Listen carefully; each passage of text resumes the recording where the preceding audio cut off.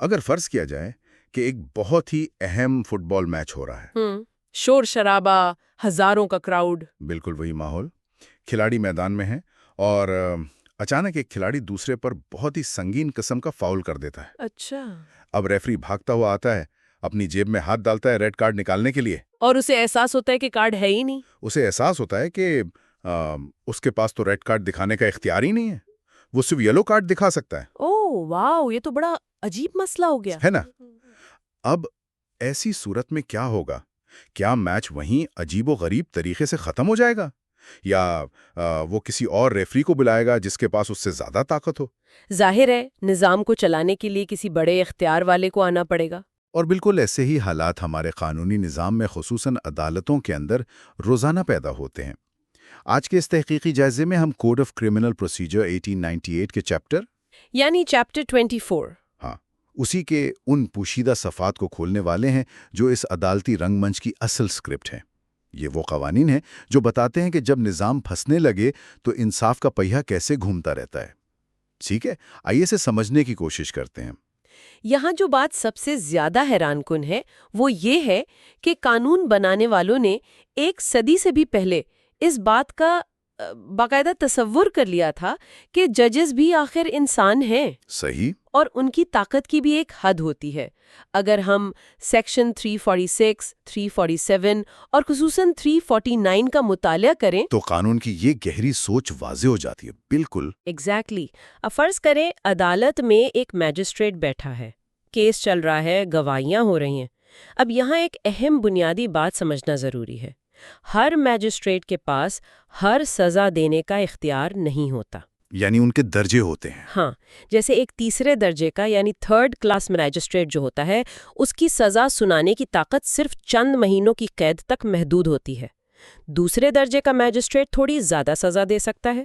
اچھا۔ اب اگر ایک دوسرے یا تیسرے درجے کا میجسٹریٹ پورا کیس سن لیتا ہے اور گواہیوں کے بعد اسے یقین ہو جاتا ہے کہ سامنے کھڑا ملزم واقعی گنہگار ہے، لیکن جرم اتنا سنگین ہے کہ سزا سالوں کی ہونی چاہیے، بالکل، جو کہ اس میجسٹریٹ کے قانونی حدود سے باہر ہے، تو قانون اسے یہ اجازت بالکل نہیں دیتا کہ وہ اپنی طاقت کی کمی کی وجہ سے مجرم کو تھوڑی سزا دے کر چھوڑ دے۔ اوہ، یعنی وہ کمپرومائز نہیں کر سکتا۔ نہیں، بلکہ وہ پوری کارروائی کو وہیں روکتا ہے اور کیس کو اپر لیول پر منتقل کر دیتا ہے، جیسے کورٹ آف سیشن یا ہائی کورٹ کو؟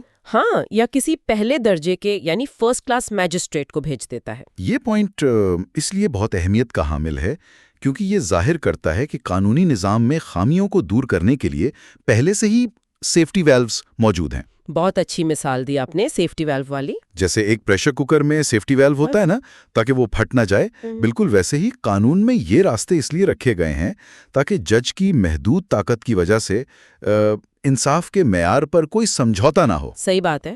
اگر ایک جج کو لگتا ہے کہ وہ پورا انصاف نہیں کر سکتا تو وہ کیس اسے سونپ دیتا ہے جو کر سکتا ہے۔ لیکن ایک سوال ذہن میں آتا ہے، اگر ایک میجسٹریٹ کیس کو اوپر بھیج رہا ہے صرف اس وجہ سے کہ سزا بڑی ہونی چاہیے، تو اس کا مطلب یہ نظام ان مجرموں کے ساتھ بہت الگ برتاؤ کرتا ہوگا جو بار بار وہی جرم کرتے ہیں، جنہیں ہم عادی مجرم کہتے ہیں۔ ہاں، ریپیٹ آفینڈرز۔ ان کے لیے تو چھوٹی عدالتوں کا وقت ضائع کرنے کا کوئی جواز ہی نہیں بنتا، ہے نا؟ اس نتیجے تک پہنچنے کے لیے قانون نے باقاعدہ ایک الگ راستہ بنایا ہے۔ اچھا۔ جی، جو ہمیں سیکشن 348 میں ملتا ہے۔ یہ سیکشن انہی عادی مجرموں کے حوالے سے ہے۔ قانون کی نظر میں ایک پہلی بار غلطی کرنے والا اور ایک پیشاور مجرم برابر نہیں ہو سکتے۔ ظاہر ہے دونوں کی نیت اور طریقہ کار میں فرق ہوتا ہے۔ بالکل۔ اگر کوئی شخص پہلے بھی سکوں یعنی کوئنیج کی جعلسازی، سٹیمپ لا کی خلاف ورزی یا پراپرٹی کے کسی سنگین جرم میں 3 سال یا اس سے زیادہ کی سزا کاٹ چکا ہے، 3 سال یا اس سے زیادہ؟ ہاں، اور وہ دوبارہ انہی جرائم میں پکڑا جاتا ہے، تو نظام جانتا ہے کہ اس شخص کی اصلاح چھوٹی موٹی سزا سے نہیں ہونے والی۔ تو ایسے شخص کو سیدھا بڑی عدالت بھیجا جاتا ہوگا؟ عام طور پر ہاں، میجسٹریٹ پہلی فرصت میں ہی اسے سیدھا کورٹ آف سیشن یا ہائی کورٹ بھیج دیتا ہے، کیونکہ اسے سخت سزا چاہیے ہوتی ہے۔ صحیح۔ لیکن قانون اندھا نہیں ہے، اس میں بہت لچک رکھی گئی ہے۔ اگر ہم اسے بڑے تناظر میں دیکھیں تو اگر اس چھوٹے میجسٹریٹ کو حالات دیکھ کر لگتا ہے کہ حالانکہ یہ عادی مجرم ہے لیکن اس بار جرم کی نوعیت ایسی ہے کہ وہ خود ہی مناسب اور کافی سزا دے سکتا ہے۔ تو کیا وہ کیس اپنے پاس رکھ سکتا ہے؟ بالکل، وہ کیس خود بھی اپنے پاس رکھ کر سن سکتا ہے۔ یہ تو بڑی دلچسپ بات ہے۔ یعنی قانون لکیر کا فقیر نہیں ہے، بلکہ جج کو اپنا ذہن استعمال کرنے کی پوری آزادی دیتا ہے۔ ایگزیکٹلی، جج کے پاس ڈسکریشنری پاور ہوتی ہے۔ ٹھیک ہے، یعنی سسٹم لچکدار ہے اور کیسز ضرورت کے مطابق چھوٹی عدالت سے بڑی عدالت کا سفر کر سکتے ہیں۔ لیکن یہاں ایک ایسی پریشانی ذہن میں آتی ہے جو شاید ہر اس شخص کے تصور میں آئے جو قانونی پیچیدگیوں کو غور سے دیکھتا ہے۔ وہ کیا؟ فرض کریں کیس چل رہا ہو، 2 مہینے سے گواہیاں چل رہی ہوں، ملزم اور گواہ عدالت کے چکر کاٹ رہے ہوں، اور اچانک میجسٹریٹ کا ٹرانسفر ہو جائے، ہاں، یہ تو اکثر ہوتا ہے۔ یا وہ بیمار پڑ جائے اور اس کی جگہ نیا جج آ کر کرسی پر بیٹھ جائے، تو پھر کیا ہوگا؟ کیا نیا جج شروع سے ساری کارروائی دوبارہ کرے گا؟ یہ بہت پریکٹیکل سوال ہے۔ مطلب گواہوں کو دوبارہ بلایا جائے گا، دوبارہ سے وہی سب سوال جواب ہوں گے؟ اگر ایسا ہو تو یہ تو وقت اور وسائل کا اتنا بڑا ضیاع ہے کہ کیس شاید کبھی ختم ہی نہیں ہوگا۔ اور یہی وجہ ہے کہ قانون ہر بار پہیے کو نئے سرے سے ایجاد کرنے پر یقین نہیں رکھتا۔ اچھا، اس عملی مسئلے کو حل کرنے کے لیے سیکشن 350 اور 350A وجود میں آئے۔ قانون کہتا ہے کہ نیا آنے والا جج، جسے ہم سکسیسر کہتے ہیں، وہ پرانے جج کے ریکارڈ کیے گئے بیانات اور گواہیوں پر اپنا فیصلہ سنا سکتا ہے۔ یعنی اسے سب کچھ لازماً دوبارہ شروع کرنے کی ضرورت نہیں؟ نہیں، بالکل نہیں۔ وہ فائل کھولتا ہے، دیکھتا ہے کہ پرانا جج کہاں تک کیس سن چکا تھا اور وہیں سے آگے بڑھ جاتا ہے۔ یہ تو بہت ریزنیبل بات ہے۔ لیکن اس میں ایک بہت ہی گہری نفسیاتی اور قانونی پیچیدگی موجود ہے۔ وہ کیا؟ قانون نئے جج کو یہ اختیار بھی دیتا ہے کہ اگر وہ چاہے تو گواہوں کو دوبارہ بلا کر انکوائری دوبارہ شروع کر سکتا ہے۔ اچھا، یعنی آپشن موجود ہے، لیکن وہ ایسا کیوں کرے گا اگر فائل پر سب لکھا ہے؟ اس کی سب سے بڑی وجہ وہ ہے جسے قانونی زبان میں ڈیمینر ایویڈنس کہا جاتا ہے۔ ڈیمینر ایویڈنس، اسے تھوڑا آسان لفظوں میں واضح کریں۔ یہ کسی گواہ کے بولنے کے انداز سے متعلق ہے؟ بالکل۔ دیکھیں، جب ایک پرانا جج کسی گواہ کو سن رہا ہوتا ہے تو وہ صرف اس کے الفاظ نہیں سن رہا ہوتا۔ صحیح۔ وہ دیکھ رہا ہوتا ہے کہ جب گواہ نے فلاں جواب دیا تو کیا اس کے ماتھے پر پسینہ آیا، کیا اس نے نظریں چرائیں، کیا اس کی آواز کانپ رہی تھی۔ ان تصورات کو ڈی مینر کہتے ہیں۔ یعنی باڈی لینگویج اور ایکسپریشنز۔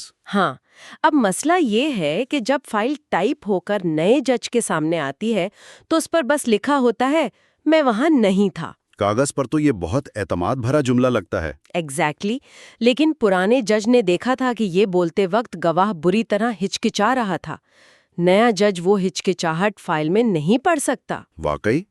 وہ انسانی جھوٹ پکڑنے کا جو آلہ عدالت میں موجود ہوتا ہے وہ ٹرانسکرپٹ میں گم ہو جاتا ہے۔ یہ تو ایسی بات ہو گئی کہ آپ کسی بہترین ایکٹر کی مووی دیکھنے کے بجائے صرف اس کی اسکرپٹ پڑھ لیں اور فیصلہ کر لیں کہ اس نے کیسا پرفارم کیا۔ بہت خوب، بالکل یہی مثال فٹ آتی ہے۔ کاغذ پر تو الفاظ بے جان ہوتے ہیں، تو اس کا مطلب ہے کہ اگر ملزم کو سزا ہو جاتی ہے اور اوپر کی عدالت جیسے ہائی کورٹ یا سیشنز کورٹ کو لگتا ہے کہ اس چہرے کے تاثرات نہ دیکھنے کی وجہ سے نئے جج نے غلطی کی ہے، تو کیا وہ ٹرائل دوبارہ شروع کروا سکتے ہیں؟ 100% ٹھیک۔ اگر بڑی عدالت کو لگتا ہے کہ نئے جج کے ان گواہیوں کو خود نہ سننے کی وجہ سے ملزم کے خلاف کوئی ایسی ناانصافی ہوئی ہے جسے ہم مٹیریل پریجوڈس کہتے ہیں، یعنی اس کی حق تلفی ہوئی ہے، جی، تو وہ نئے سرے سے ٹرائل کا حکم دے سکتی ہے۔ اور بینچز کے معاملے میں کیا ہوتا ہے اگر ایک سے زیادہ ججز ہوں؟ اس کے علاوہ جہاں تک بینچز کا معاملہ ہے تو سیکشن 350A یہ واضح کرتا ہے کہ اگر میجسٹریٹ کی بینچ کے ممبرز میں تبدیلی آئے لیکن جو میجسٹریٹس آخری فیصلہ کر رہے ہیں وہ پوری کارروائی میں شروع سے آخر تک موجود تھے، تو فیصلہ قانونی رہتا ہے؟ بالکل قانونی رہتا ہے، وہ باطل یا انویلڈ نہیں ہوتا کیونکہ انہوں نے سب کچھ اپنی آنکھوں سے دیکھا ہوتا ہے۔ اس کی مثال تو بالکل ایک ریلے ریس جیسی ہے۔ ایک کھلاڑی دوڑتا ہوا آتا ہے اور اپنا بیٹون یا ڈنڈا دوسرے کھلاڑی کے ہاتھ میں پکڑاتا ہے۔ ریس رکتی نہیں ہے،